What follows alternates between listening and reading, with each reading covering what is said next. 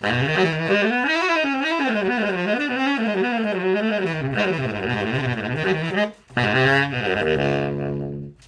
up? This is Nick from New York City, and I am going to talk about how to play fast on the saxophone.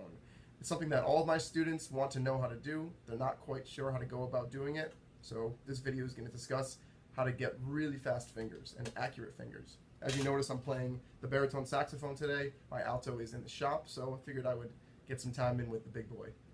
Anyway, I just played a very fast improvised passage in the key of, well, our C sharp, concert E, but it's C sharp for saxophone. So it's a tricky key, a scale that a lot of younger students are not familiar with, but just like all the other scales, an important one to know.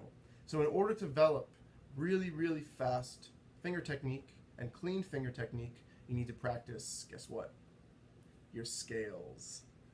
I know some of you are probably moaning and groaning right now, but scales are super important. And I have my metronome right in front of me. I have it actually on my cell phone, so there's no excuse to not own a metronome anymore. And I have it set to 60 beats per minute. So that's 60 quarter notes per minute. It's kind of a slow tempo, but it's good to start practicing scales really slowly. Believe it or not, the slower you go, the faster and cleaner you will be able to play. So I'll play my C sharp major scale in 8th notes.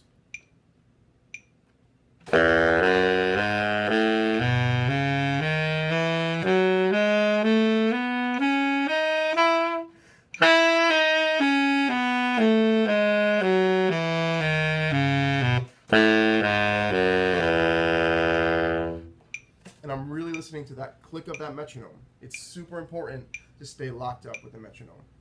If you don't do that, you're not really practicing scales. You have to be as locked in as possible. So listening to the click. You can practice in 8th notes. You can practice in 8th note triplets. Triplet, triplet.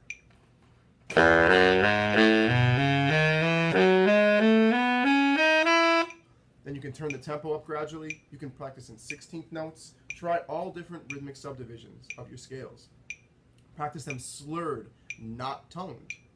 Introduce the tongue later on. At first, we're just going to practice slurring, because what does that do? It puts all the emphasis on our fingers, which is what the goal is here.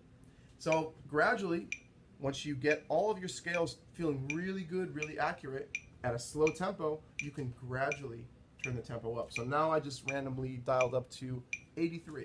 Still kind of slow. Let's play the same scale at 83.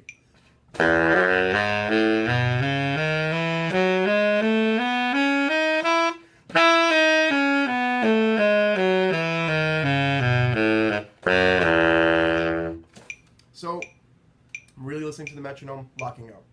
Once you get all of your major scales, and guess what? Your minor scales too. Once you get them from bottom to top, top to bottom, then you can start to mix things up. And it starts to get a little more enjoyable, a little less mechanical. Now I'm going to play my scales in thirds. I'll turn the metronome off. What I'm doing is I'm skipping a note, then going back down to the note I skipped, skipping another note. So I'll speak in the key of C. Everyone knows that key.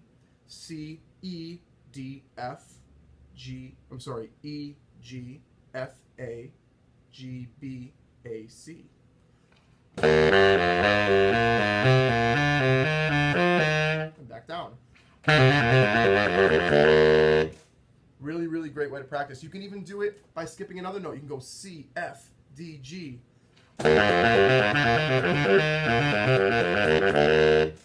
So you're really getting very flexible. If you can start to do that with all of your major scales and your minor scales, even at a really slow tempo, you don't have to worry about dialing the tempo up really fast yet, then you will be well on the road to be able to play very, very fast.